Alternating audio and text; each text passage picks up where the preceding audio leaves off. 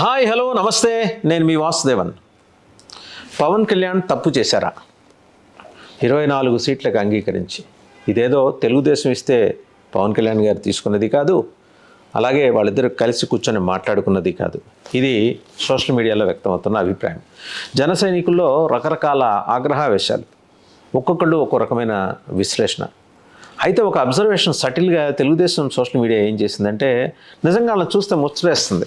వాళ్ళకి దాదాపు 1500 వెబ్సైట్లు, ఒక 500 యాక్టివ్ యూట్యూబ్ ఛానల్స్, తర్వాత ఏమో ఒక 2000 FB పేజెస్ ఉన్నాయి. దాంట్లోంచి పంప్ చేస్తారు స్టోరీలు. ఎట్లా అంటే,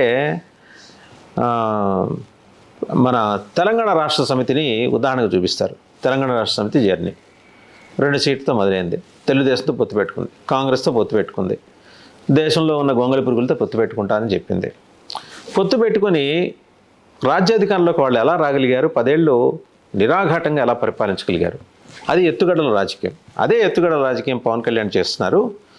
అసలేమీ లేని దగ్గర నుంచి ఇవాళ 24 సీట్లలో కంటెస్ట్ చేయబోతున్నారు. ఒక్క సీటు కూడా గెలవని వాళ్ళు రాయటం చూడండి. దాంట్లో అబ్జర్వేషన్స్ కూడా వాళ్ళ అనలిస్టులు కూడా ఎట్లా చెప్తారంటే, వాళ్ళ వీడియోల్లో ఒక్క సీటు కూడా గెలిచిన ఒక్క సీటు కూడా వైసీపీకి ధారాదత్తం చేసిన జనసేన ఈరోజు 24 సీట్లలో కంటెస్ట్ చేసి ఖచ్చితంగా 20 సీట్ల పైన గెలుచుకోగలుగుతోంది అంటే అది తెలుగుదేశం పెట్టిన భిక్ష.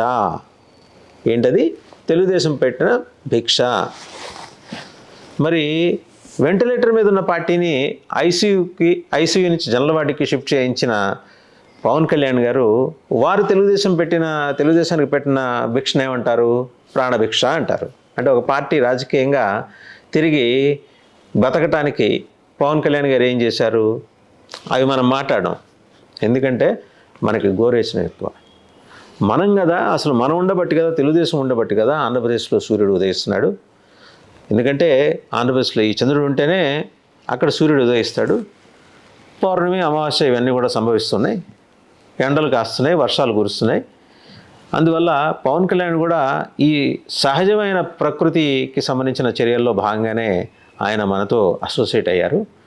అసోసియేట్ అవ్వటం అనేది పవన్ కళ్యాణ్కి ఒక అనివార్యత అని చెప్పే ప్రయత్నం.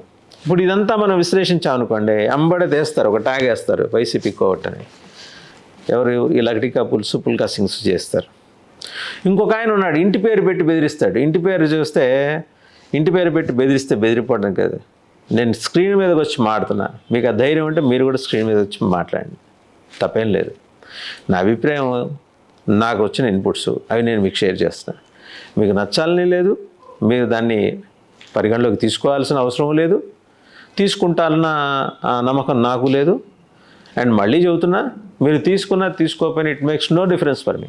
జరుగుతున్న సంఘటనలో కొన్ని వాస్తవాలని, ప్రధాన మీడియా దాచిపెడుతున్న వాస్తవాలని ఎక్స్పోజ్ చేయటమే నేను చేస్తున్న వీడియోలో ముఖ్య ఉద్దేశం. మీకు నచ్చాల్సిన అవసరం లేదు. నచ్చిన వాళ్ళకి నచ్చుతుంది, నచ్చిన వాళ్ళకి ఉన్నది. ఇంటి పేరు పెట్టుకొని సీ హౌ డేర్ అంటే భయపడిపోవడానికి సిద్ధంగా ఎవరు లేరు. మనం చూసాం 2014-19 మధ్య విజయవాడ రోడ్లో సైలెన్సర్లు తీసేసిన బుల్లెట్లు రోడ్డు మీద వేసుకొని నేమ్ ప్లేట్ల వెనకాల సీ హౌ డేర్ అని చెప్పేసి, ఏంటి డేరు? ఎవరిని చూడాలి? ఎంత డేరు? కొలమానం చేసుకోవడానికి మన దగ్గర కొలబద్దలేం లేవు. రేపొద్దున ఎలక్షన్స్ వస్తున్నాయి. జగన్మోహన్ రెడ్డికి వ్యతిరేకంగా మ్యాండేట్ వచ్చింది అనుకోండి, మ్యాసివ్ మ్యాండేట్. జగన్ రెడ్డి ఓడిపోతాడు, ఇంట్లో కూర్చుంటాడు. ఆంధ్రప్రదేశ్ ప్రజల అదృష్టానికో దురదృష్టానికో తెలుగుదేశం అధికారంలోకి వస్తుంది. జనసేన రాదు అని ఎందుకు ఈ అధికారంలో పాలు పంచుకోదని చాలామంది అభిప్రాయం వ్యక్తం చేస్తూ నాకు సోషల్ మీడియాలో పెట్టిన పోస్టింగ్లు కానీ వాయిస్ మెసేజ్లు కానీ చూస్తే నాకు ఆశ్చర్యం అనిపిస్తుంది. చాలామంది నిరాశ నిస్పృహలకు లోనయ్యారు. చాలా తీవ్రమైన నైరాశ్యంతో మాట్లాడుతున్నారు. జనసేన అని ఆ 24లో కూడా తెలుగుదేశం ఓడగొట్టేస్తుంది. నేనైతే అలా అనుకోవట్లేదు. కనీసం 15-18 సీట్లు జనసేన గెలుచుకుంటుంది, ఒక ఎంట్రీ ఇస్తుంది.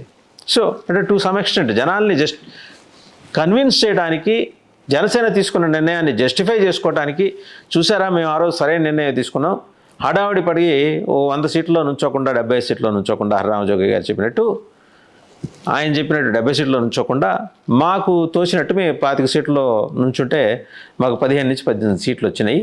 సో ఇది ఒక మేజర్ డెవలప్మెంట్. అందువల్ల ఇది ఒక ప్రధానమైన డెవలప్మెంట్. కాబట్టి మేము నెక్స్ట్ ఎలక్షన్స్లో 36కి వెళ్తాం, ఆ తర్వాత ఎలక్షన్స్లో 72కి వెళ్తాం. అంటే 2029లో 36, 2034లో 72 వెళ్తాము. అప్పటికి తెలుగుదేశం పార్టీ నుంచో లేకపోతే ఇంకో పార్టీ నుంచో 10 మంది వచ్చి జాయిన్ అయిన తర్వాత మేము 10-15 మంది జాయిన్ అయితే మేము అధికారంలోకి వస్తాం. కాదంటే 2039లో మేము అధికారంలోకి వస్తామని. ఎక్సలెంట్, దాంతో ఇబ్బంది ఏం లేదు, మీరు అధికారంలోకి రావచ్చు అంటే జనసేన వైపు నుంచి జస్టిఫికేషన్ ఇచ్చినట్టుగా తెలుగుదేశం ప్రచారం చేస్తున్న వార్తలు, కథనాలు, వ్యాఖ్యలు ఇవి వాటి సారాంశం ఇదనమాట.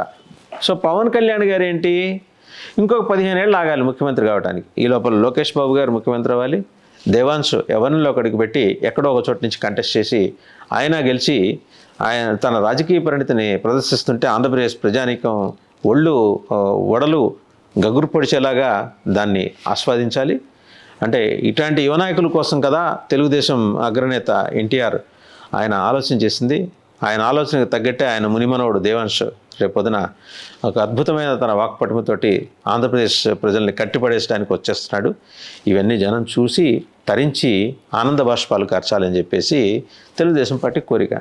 ఒక్కో రాజకీయ పార్టీకి ఒక్కో కోరిక ఉంటుందండి. కానీ అసలు ఎటువంటి కోరిక లేకుండా పవన్ కళ్యాణ్ గారు ఆయన రాజకీయం చేస్తూ జనం బాగు కోసం వస్తే దాన్ని అటకరించే సమాజం తెలుగుదేశంలో ఎక్కువ ఉంది. వైసీపీ ఇది మోటు సమాజం, చాలా స్పష్టంగా చెబుతున్నా. వాళ్ళకి ఇటువంటి వెన్నుపోటు యుద్ధాలు చేయడం తెలీదు. స్ట్రైట్గా దిగుతారు, గొడవ పెట్టుకుంటారు, అరుచుకుంటారు, తిట్టుకుంటారు, నానా గందరగోళం చేస్తారు, అబాస్ పాలవుతారు, అవసరమైతే ఇంకా ఇబ్బందికరమైన పరిస్థితి ఎదుర్కొంటారు, ఓడిపోతే బాధపడి ఇంట్లో కూర్చుంటారు. వాళ్ళకి వచ్చిన పెద్ద కష్టమేం లేదు, నష్టమే లేదు. ఆ మాటకు వస్తే జగన్మోహన్ రెడ్డి గారు కూడా ఆయన ఓడిపోతే ప్రశాంతంగా వెళ్ళి ఇంట్లో కూర్చుంటాడు. లేకపోతే ఆయన కేసులు ఏమన్నా ఉంటే మళ్ళీ వీళ్ళు తిరగతోడితే అవసరమైతే న్యాయపరంగా ఎలాంటి వివాదాలు ఎదుర్కోవాలో అవన్నీ ఎదుర్కొంటాడు. దానికి ఆయన ప్రిపేర్డ్గా ఉన్నారు, ఆయన క్యాడర్స్ ప్రిపేర్డ్గా ఉన్నారు, ఆయన లీడర్స్ ప్రిపేర్డ్గా ఉన్నారు. అయితే ఎటొచ్చి అసలు పవర్ లేకుండా ఎలా ఉంటాం మనం, అది అసలు ఊహించడానికే చాలా ఇబ్బందికరమైన పరిణామం చంద్రబాబు గారికి కానీ, వారి పార్టీ నాయకులు, వారి పార్టీ జాతీయ ప్రధాన కార్యదర్శి నారా లోకేష్ నాయుడు గారికి కానీ. పవర్ లేకుండా అసలు మనం ఎలా ఉంటాం, అసలు ఏంటిది, అసలు మన పార్టీ పుట్టిందే ప్రజల్ని పరిపాలించడానికి. సాక్షాత్తు భగవంతుడు తన ప్రతినిధిగా తెలుగుదేశం పార్టీ నాయకుల్ని ఆంధ్రప్రదేశ్కి పంపించాడు. ఇక్కడ రావడానికి ఆయన కొంత బిజీగా ఉండి చంద్రబాబు గారు మీరే పరిపాలించండి, మీ తర్వాత మీ కుటుంబ సభ్యులు పరిపాలించండి, పవన్ కళ్యాణ్లు వీళ్ళు వాళ్ళు వస్తుంటారు. ఇప్పుడు దేవతలకి సపోర్టింగ్గా గంధర్వులు యక్షులు వచ్చినట్టు మీరు దేవతలు కదా, మీకు సపోర్టింగ్గా గంధర్వుడైన పవన్ కళ్యాణ్ గారు వస్తారు, వారు మీకు సపోర్ట్ ఇస్తారు, మీరు పరిపాలించండి. గంధర్వులు ఎప్పటికీ కూడా దేవరాజ్యాన్ని పరిపాలించలేరు కదా. ఇది చంద్రబాబు గారు సాక్షాత్తు దేవతలకు ప్రతినిధి. ఆంధ్రప్రదేశ్ ఒక దేవరాజ్యం, దాన్ని పరిపాలించాలంటే దేవతలకు ప్రతినిధి అయితే ఇంద్రుడు పరిపాలించాలి, లేకపోతే చంద్రుడు పరిపాలించాలి. ఇంద్రుడు ఆయన అసలు అమరావతిలో బిజీగా ఉన్నాడు కాబట్టి ఈ రెండో అమరావతిని చంద్రుడు పరిపాలిస్తాడు. ఇది తెలుగుదేశం సూత్రీకరణ. ఆయనకు సపోర్టుగా గంధర్వులు, యక్షులు, కిన్నెరలు, కింపురుషులు ఇట్లా ఇత్యాది దేవజాతులందరూ వచ్చి ఆయనకి సపోర్ట్గా నిలబడాలి. అలాంటి ఒక దేవజాతికి నాయకత్వం వహిస్తున్నది పవన్ కళ్యాణ్ కాబట్టి వారు వచ్చి ఈయనకి సపోర్ట్గా నిలబడి మొత్తం కూడా వీరి ప్రభుత్వం విజయం చేసేలా పనిచేస్తారు. సో ఈ సూత్రీకరణతో వస్తున్న కథనాలు చదవండి, తరించండి, రేపొద్దున మీ శక్తి కొద్దీ ఓటేసి చంద్రబాబు గారిని గెలిపించండి. ఇది తెలుగుదేశం నినాదం.